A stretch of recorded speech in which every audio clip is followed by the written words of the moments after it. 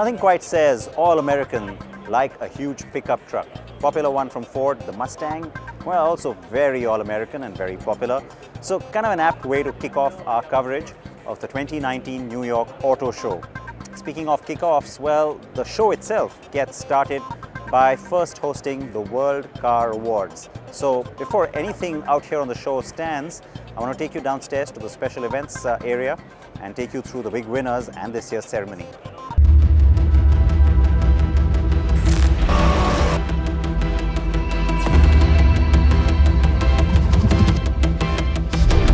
The annual World Car of the Year is the biggest, most prestigious automobile awards program on the planet, and it has only been gaining in prominence and prestige the past few years.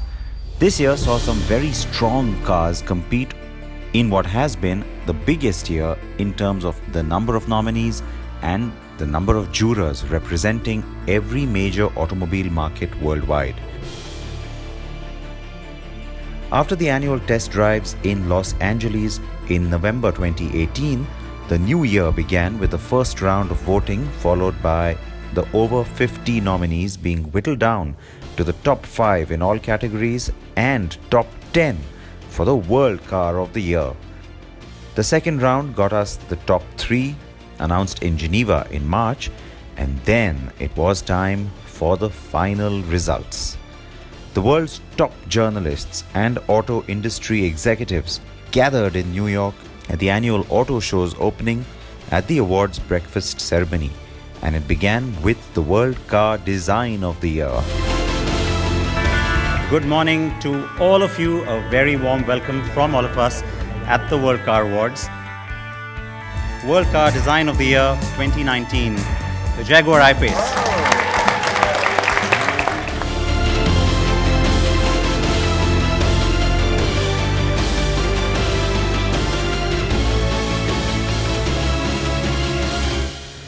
The I-Pace beat the Suzuki Jimny and Volvo XC40 to win design. It then also won its second award. World Green Car is a double winner, Jaguar I-Pace.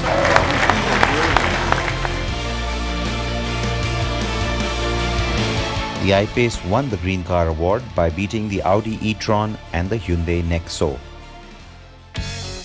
Next, it was the Performance Car of the Year. The winner of the 2019 World Performance Car Award is the McLaren, the 720S.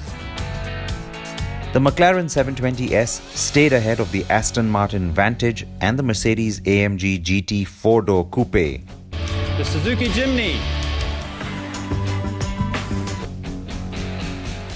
After 2 years of playing runner-up in the urban category, Suzuki had its first ever win at the World Car Awards.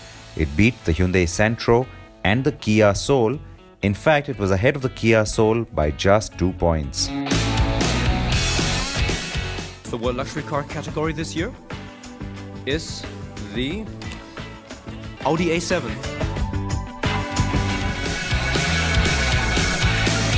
The Audi A7 won ahead of the Audi Q8 and the BMW 8 Series. And the World Car of the Year saw history being made. The 2019 World Car of the Year is the Jaguar I-Pace.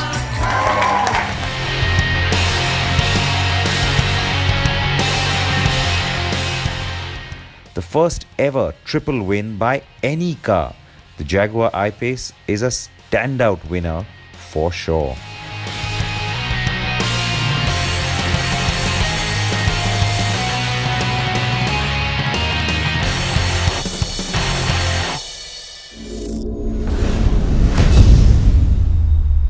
All right, so I have the gentleman with me who had to, walk up 3 times up to the stage to collect 3 different trophies. Ian Callum, always just wonderful. And likewise, always a pleasure. Congratulations. Thank you so much. I don't think that word's enough today for you. This is incredible. Winning awards like this for any brand is always special. Yeah. You've had that experience with JLR in the past, but this becomes kind of extra special, isn't it? Well, having 3 awards is extremely special, and as you say, I walked up these steps 3 times, and And each time I walked up, I didn't know what I was going to say. I thought the design one I can do because I can talk about design. The green one I thought, well, okay, I said, if you know what to say, what to say? Innovation, okay, good. But the third one, I was totally overwhelmed, and I didn't even think about it. I just thought, let's see what comes out. But because when you walk up for an award, you are thinking about, I have to say something. It's quite nerve-wracking. But the third time, it was from the heart. You saw that. But yeah, it's very special. But what's really special for me is that this car here is well and truly been recognised in so many ways, and that to me means a lot. It's a different car. It's not a normal car, and people recognise it in a very positive way.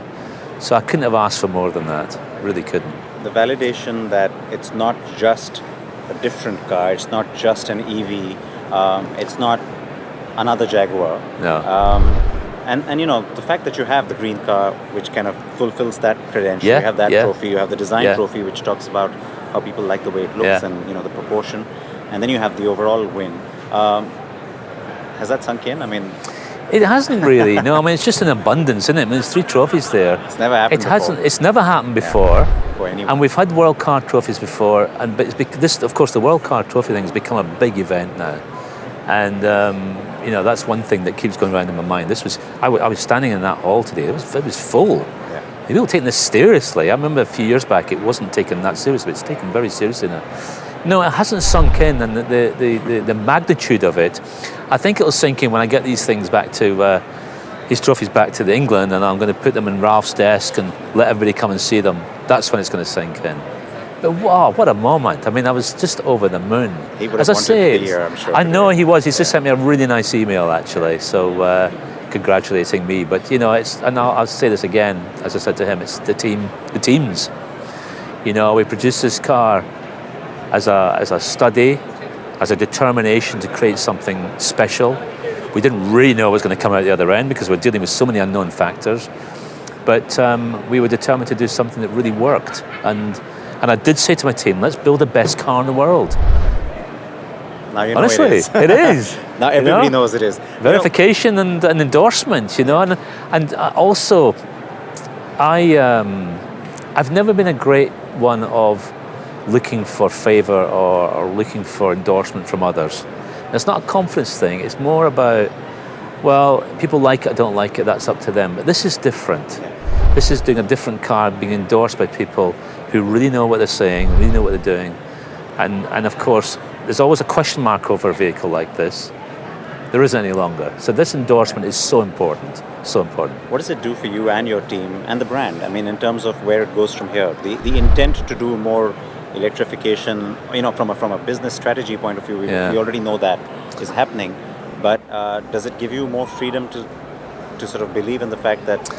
Well, I don't really know yet okay? because I've got to take this stuff back first to see what happens. It's too soon. But no, I mean we are committed to electric cars for the future, and I'm quite open about that. And I think Jaguar could take a stand in this quite happily. Yeah, we've spoken about that too. Yeah, we have. But the thing for me is I want this to sort of lift people's spirits and morales, and get them to a better place where they feel confident. And that's what we need as a business at the moment. It's been quite difficult the last few months, as you know. And it does affect people's approach to things, and I think this verification will. I'll go back. I've had phone calls from my team, all of them, and they are over the moon. And it lifts them. It lifts everybody. It lifts the brand. And I think publicly as well, there's no doubt about it. This will lift the brand, and it won't just be the I-Pace. It will be all of our cars because this will just pull it all up. You know what that stuff's like. It's confidence. So pure confidence. It's great. And pure joy. Thank you. Thank you. It's Thank you always great so to see much. you. It's great to see you with that smile on your face. Thank you. And to you and the team. Thank you very much. Many congrats. Thank you, Sid. Thank you. All right.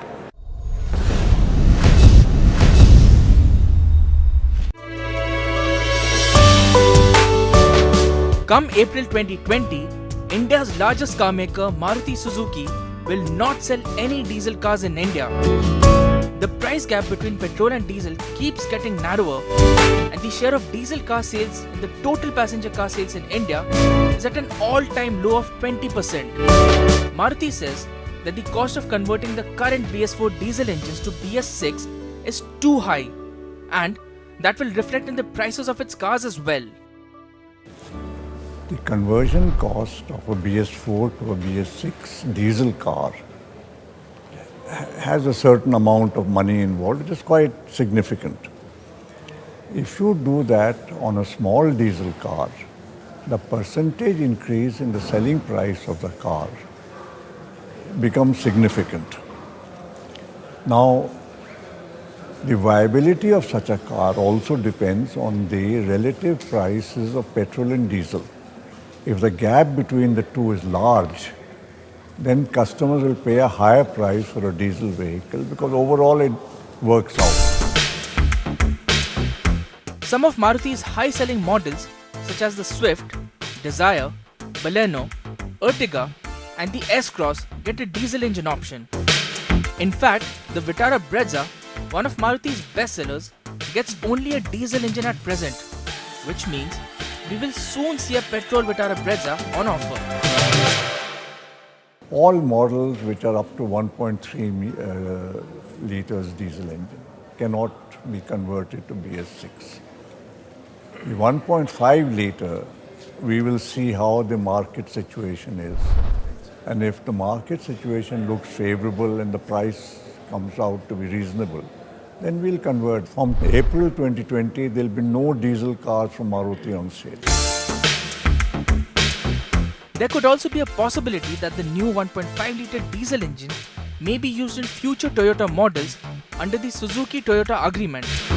But there is some time before both companies come out with the operational details on this.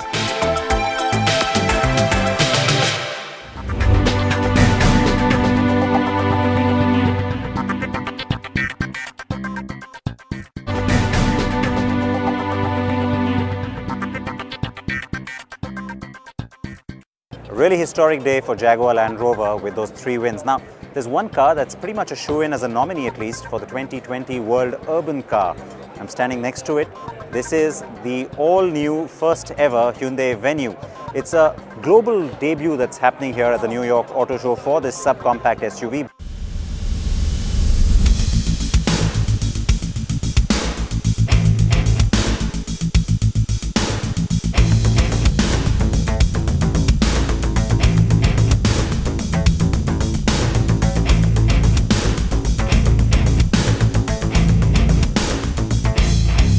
Certainly the car that's getting all the attention from our perspective.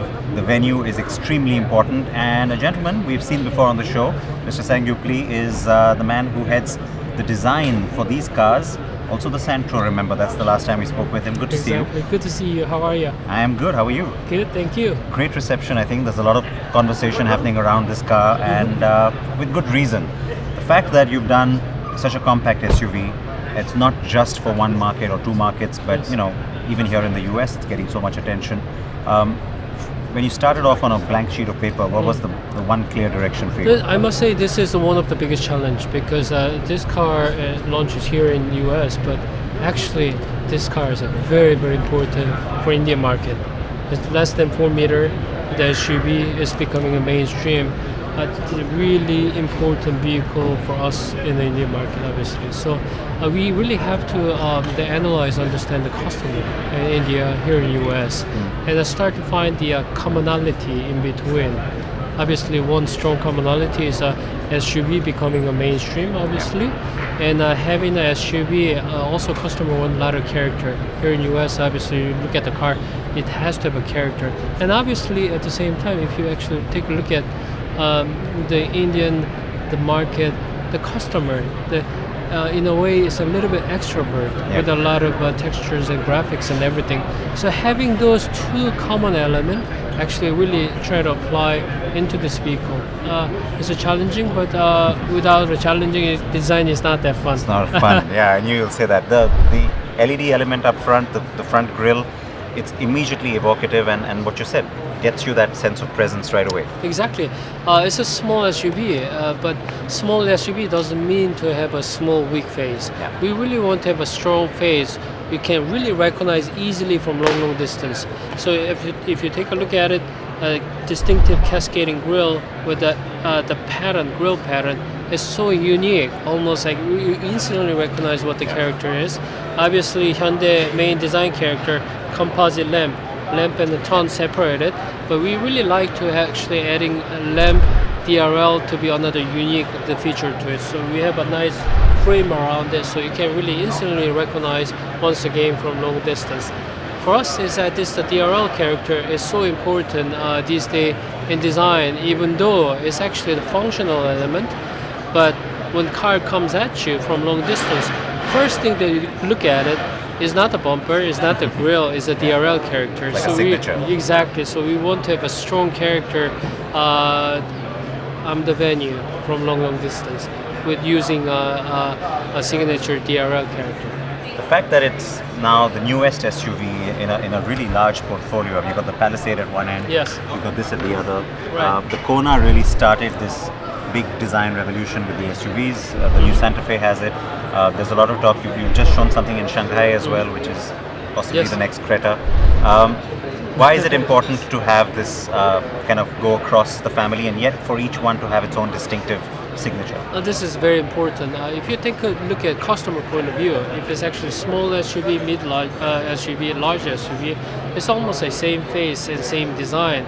Almost feel like, especially the customer who's buying the small one, make you feel like I'm buying this because I don't have enough money. Yeah. This is not the right message. We really want to have every typology SUV has its own character to it. So I'm buying this because my lifestyle fits to the Venue versus Palisade. Let's put it that way. Obviously, Palisade is our flagship big SUV, the 7-seater, the huge space inside of it. The other side, the Venue here, is a smaller but actually a very compatible inside space. A lot of character, a lot of bold character. So you don't feel like you're buying this one, but I'm not buying a cheaper one. I'm actually buying Venue as its own character. Now, as much of a challenge as it is to do this on the outside and get that distinction, these days it's also a lot about the cabin and connectivity and touchscreen. Absolutely. On this car, given the fact that again it's a compact car, how difficult was it to achieve this? I think that this is why all the components in interior has to be reduced as much as possible to emphasize the spaciousness inside of it, and especially for Indian market, the customer, they're all into a smartphone with a really, really high quality smartphone. So it's about having the car to be high tech is important, but at the same time, the car interior, all the screens and everything, able to the mirror what your smartphone can do. So that is a lot of focus that we do. So almost like a whole technology inside of the car is an extension of your own smartphone. It's interesting how now you see that even on the smaller cars, maybe first and then see it on the bigger cars. In the old days, it was the other way around. Exactly. All right, so I always do this, and so at the last, I have to ask you your favorite design element on the car. I really like the proportion of this car. It has almost like very boxy, but yet sophisticated. And the windshield is a little bit stiff, and the rear is a little bit faster. Almost I think in the way, I don't know if I might say it or not, but almost like you kind of feel like big Range Rover in the smaller scale. I think it worked out quite good with a very distinctive face in the front and rear. It's great for us that India was such a key focus market for you when you designed this car. Can't wait to see it on the roads now, and can't wait to see you back in India as well. I can't wait to go back. Thank you. Thank you so Always much. a pleasure. Thank you so much. Always pleasure. Thank you. Good to see you.